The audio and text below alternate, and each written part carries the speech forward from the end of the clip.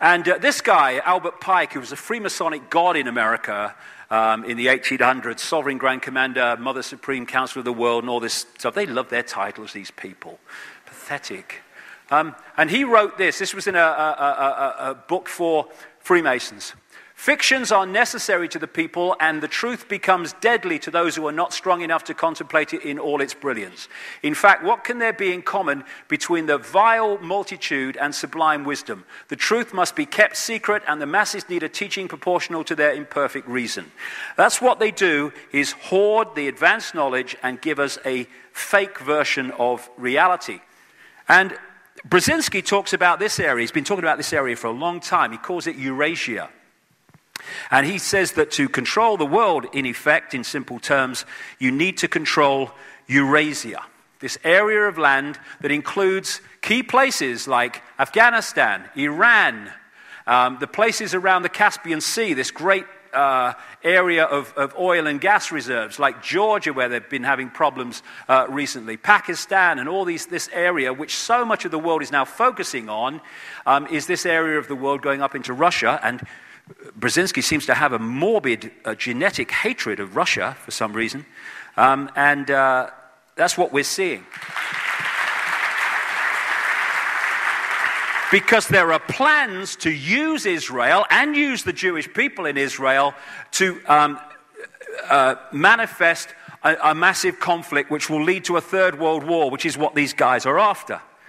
And Rahm Emanuel is the man who pulls the strings of Barack Obama, along with this guy, another Zionist, called David Axelrod. He was the guy that ran the whole of, masterminded the whole of the election campaign, both against Hillary Clinton and against John McCain. And it's Axelrod that is responsible for the words that appear on the teleprompter screens that Barack Obama reads.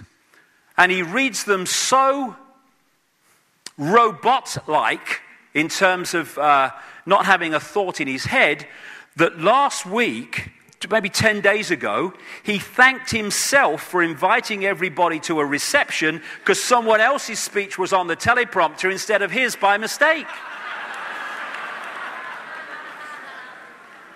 It was the Irish Prime Minister was there on St. Patrick's Day. There, people are starting to call him the teleprompter president. It's so bloody obvious. That's why he never looks ahead. It's right, left, because that's where the screens are. Hello, Barack, over here. Sorry, I'm reading.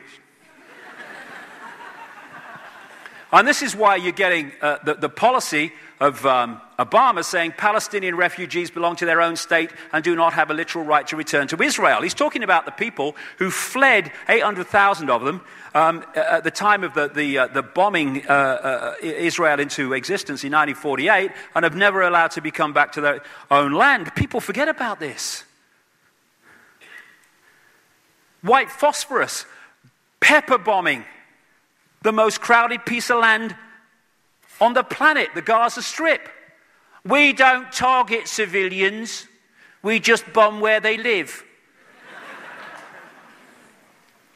Unbelievable. We're just protecting ourselves. No, it's a slaughter.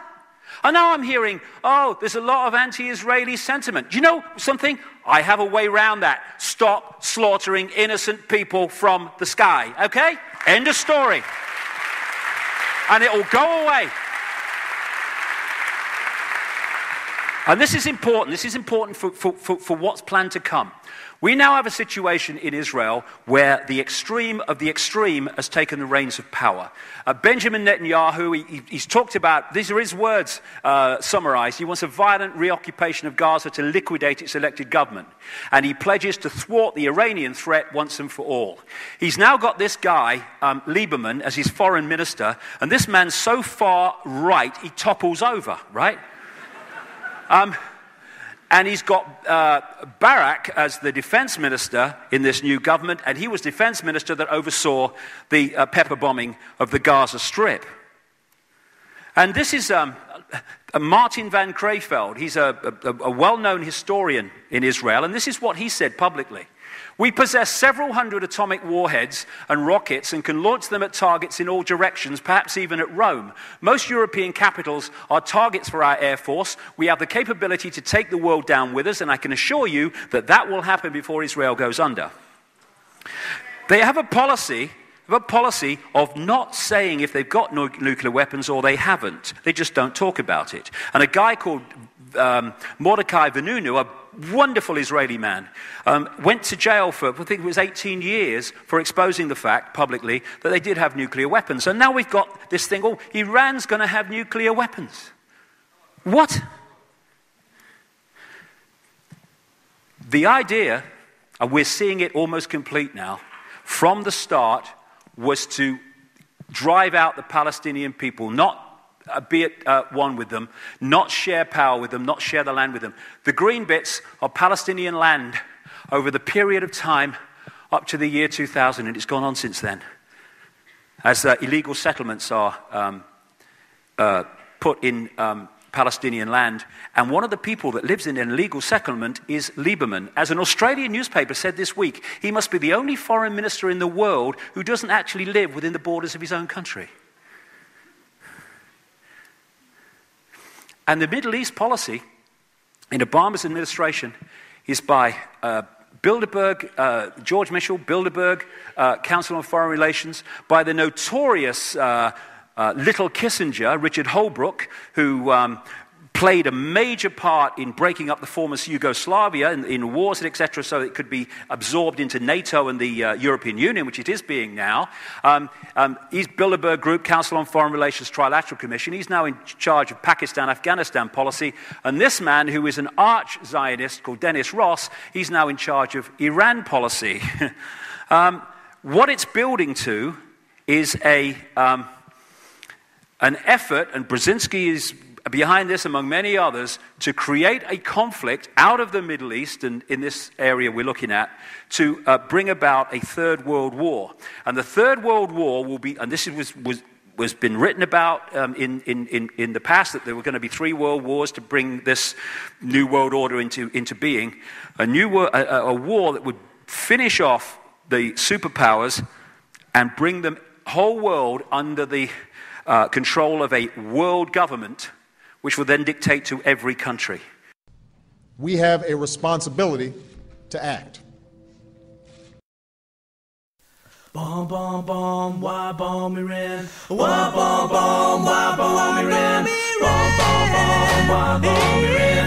Bomb, bomb, bomb, why bomb Iran? Bomb, bomb, bomb, why bomb Iran? You got rockets and Russia, China, and the tanks bomb Iran. Bomb, bomb, why bomb Iran? Why bomb, bomb, why bomb Iran? Why bomb, bomb, why bomb Iran? Why bomb, bomb, why bomb Iran?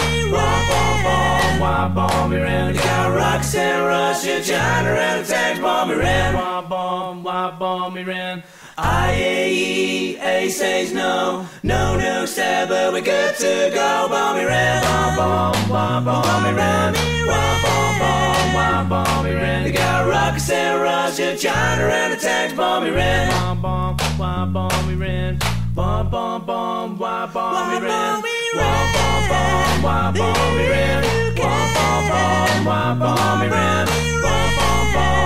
bomb Iran. They got rockets and Russia, China, and the tanks bomb Iran. Why bomb Iran?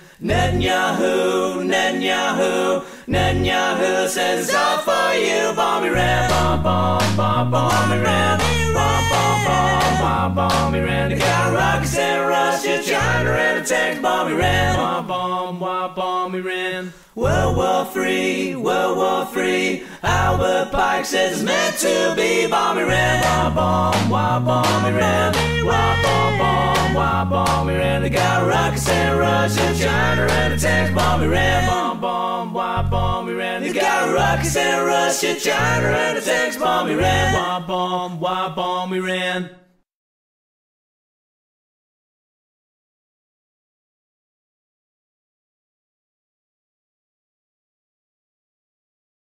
Rise like lions after slumber, in unvanquishable number.